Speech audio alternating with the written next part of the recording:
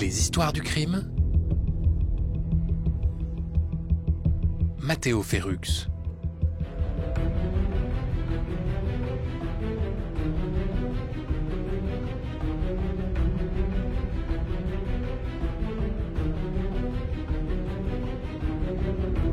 Aujourd'hui, dans les histoires du crime, la suite de l'affaire du tueur de l'Oise. Si vous n'avez pas encore écouté la première partie de cette affaire, je vous invite à le faire dès maintenant. L'on s'était arrêté au moment où la hiérarchie de Daniel Neveu, l'inspecteur en charge de l'affaire, était très sceptique concernant les soupçons de celui-ci sur la première lettre adressée aux gendarmes. Selon l'inspecteur, c'est un gendarme qui l'a écrite et il en est persuadé. Je vous propose de replonger dans cette affaire de la fin des années 70.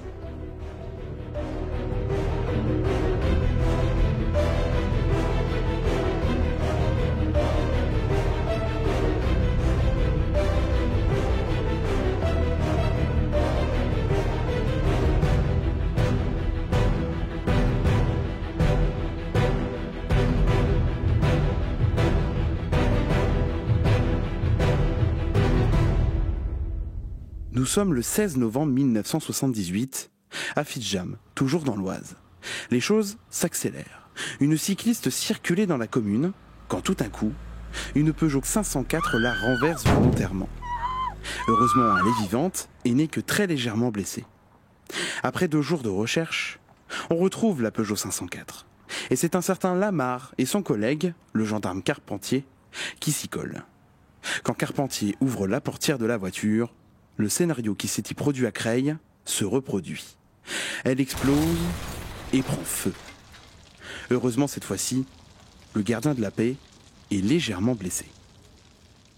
Quelques jours plus tard, un braquage est commis au bureau de poste de Sénarpont dans la Somme. Le voleur s'enfuit à l'aide d'une Citroën GS bleue. D'ailleurs, quand les gendarmes fouillent le bureau de poste, ils découvrent les mêmes empreintes que sur la lettre et la première voiture volée. Le 1er décembre 1978, le tueur de l'Oise va faire sa première victime.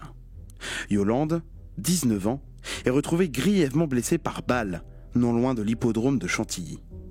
Au vu des blessures importantes, elle décédera quelques heures plus tard à l'hôpital. Mais juste avant de mourir, Yolande assurera difficilement aux enquêteurs qu'elle avait été prise en stop à Pont-Sainte-Maxence. Une analyse permettra de déterminer que c'est le même Beretta qui a été utilisé.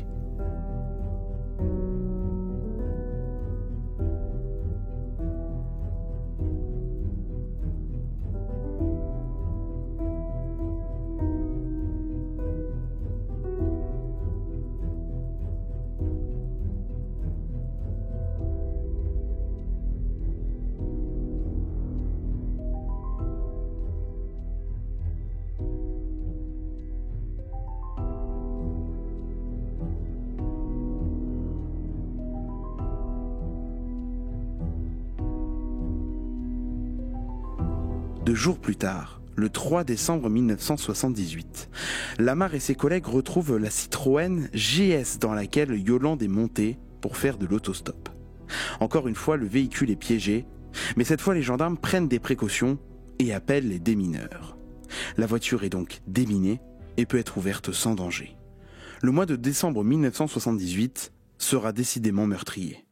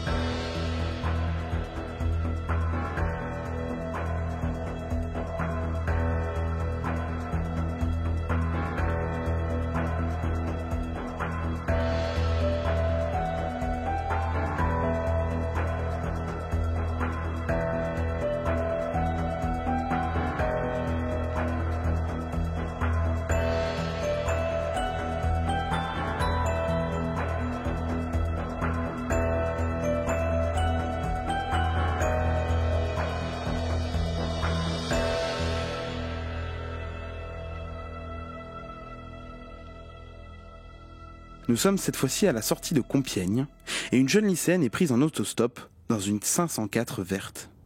Le conducteur donne un air assez aimable et met la jeune fille en confiance. Seulement, à un moment du trajet, le conducteur lui dit soudain, en sortant une arme et en la pointant contre elle, « Je vais te faire mal », puis tire 3 fois sur elle. Blessée, elle arrive tout de même à s'extirper de la voiture, comme la précédente victime, et restera paralysée au bord de la route. Une fois retrouvée, les gendarmes mettent les bouchées doubles. La gendarmerie dresse des barrages. Et ils avaient raison de le faire, car quelques heures plus tard, une 504 verte surgit et force le barrage. Alors les gendarmes poursuivent la voiture folle, comprenant que c'est lui le coupable. Mais un passage à niveau s'interpose entre la voiture et les poursuivants. Mais les gendarmes ne lâchent pas prise. On continue à chercher cette voiture dans la région.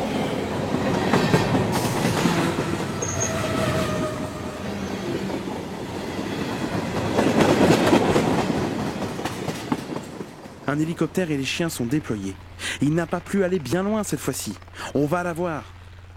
On retrouve la voiture embourbée et une battue s'organise. Cependant, une importante pluie s'installe et complique la battue. Encore une fois, le criminel parvient à s'échapper des griffes des gendarmes. Une nouvelle fois, les gendarmes sont humiliés.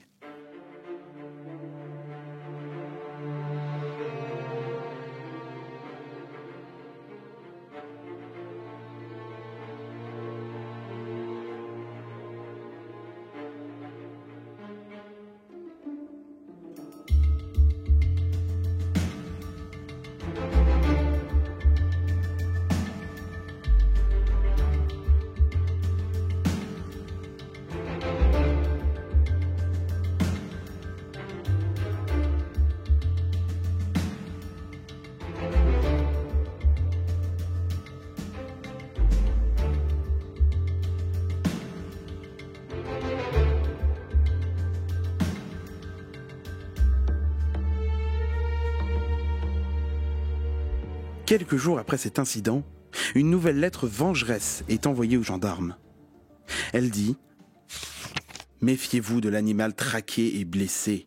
Il peut devenir très dangereux. Je n'ai rien à perdre et je vais le prouver. Je suis habitué au sang et à l'horreur et je vais vous en faire profiter. » Le 17 mars 1979, un scénario improbable va se produire. La voiture d'un ancien ministre est volée et tombe malheureusement en panne sur l'autoroute. Notre tueur de l'Oise contacte donc la société d'autoroute qui envoie des CRS pour l'épauler. En arrivant, il se présente comme le fils du ministre. Vous vous dites, impossible que ça passe. Et pourtant l'improbable se produisit, ça passe. Les CRS appellent un remorqueur en urgence pour le fils du ministre et il sera raccompagné jusqu'à un garage. Cependant, bien sûr, il s'est fait remarquer et les CRS sont interrogés. Il dresse donc un portrait robot. Mais ce portrait robot est beaucoup plus détaillé et précis.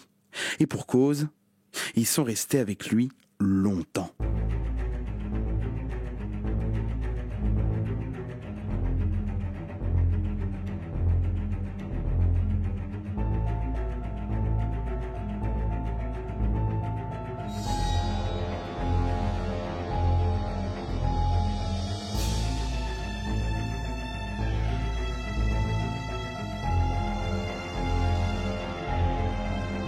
Le 3 avril 1979, le portrait robot des CRS est diffusé dans la presse et dans tous les commissariats.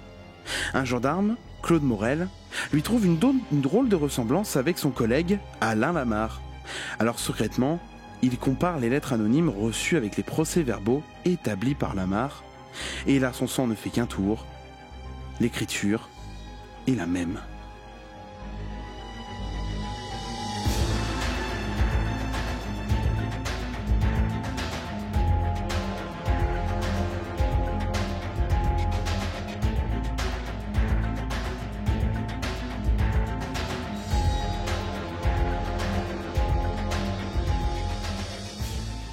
Il n'attendra que le 7 avril 1979 pour le dire à son supérieur hiérarchique, le capitaine Pinault.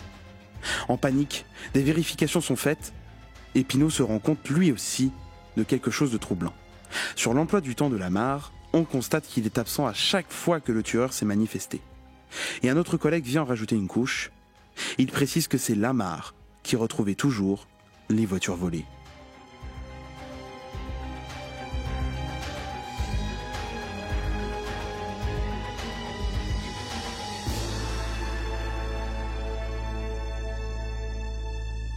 Pinault appelle Henri Cavalier, le patron du psych de Chantilly.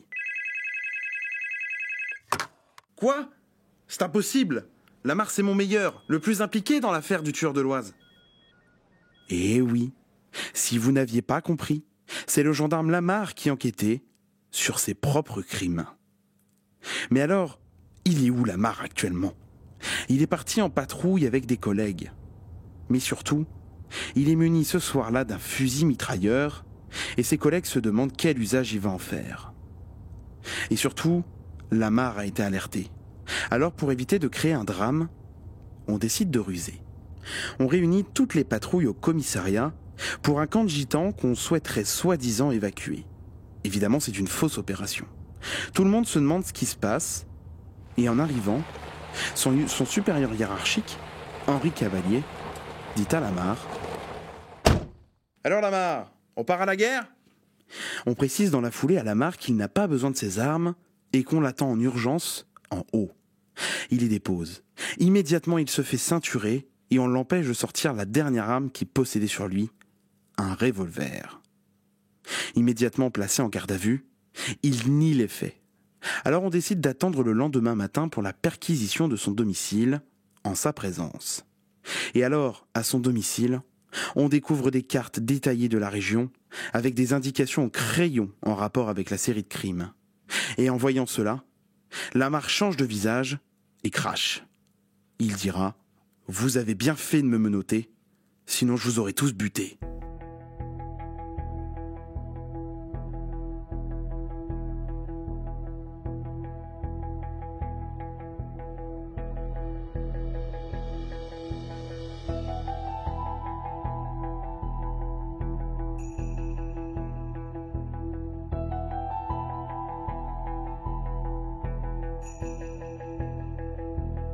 Les collègues découvrent un calepin dans lequel ils lisent leur nom sur une liste de personnes que le tueur promet d'abattre. Ils sont effondrés. Ils ne reviennent pas que le coupable soit l'un des leurs, qu'ils considéraient d'ailleurs comme l'un des meilleurs éléments. Un gradé lui demande dans la foulée de démissionner de sa fonction de gendarme pour sauver l'honneur de l'institution. C'est alors qu'un profil plutôt précis est établi.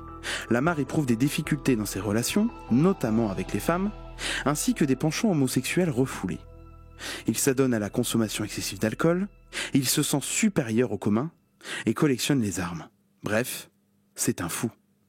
Après des avis divergents d'experts psychiatres, Alain Lamar est déclaré pénalement irresponsable de ses actes. Les experts attestent qu'il est atteint d'une forme de schizophrénie, la héboïdophrénie. En janvier 1983, un magistrat instructeur du tribunal de Senlis officialise ce constat psychiatrique en rendant une ordonnance de non-lieu. Lamar ne sera jamais jugé pour les 5 tentatives d'assassinat, dont un meurtre.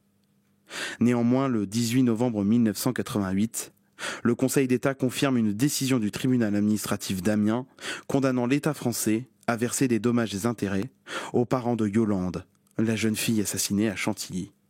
Jusqu'en 2011, Alain Lamar était interné en unité pour malades difficiles en Moselle. Aujourd'hui, 42 ans après cette affaire, Alain Lamar est toujours vivant et est actuellement interné dans une unité fermée d'un établissement public de santé mentale à Saint-Vernant, dans le Pas-de-Calais. Écoutez d'autres histoires du crime sur toutes les plateformes et sur graphite.net.